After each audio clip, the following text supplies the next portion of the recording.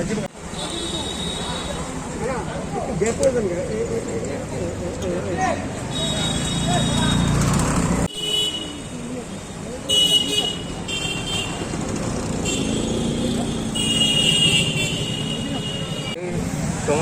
স্টুডেন্টরা আমাদেরকে বলেছে এবং আমরা এই সমস্যা সমাধান করার জন্য আজকে স্যারের সাথে দেখা করব এবং আমাদের এক মেমোরেন্ডাম সাবমিট করে দেবো।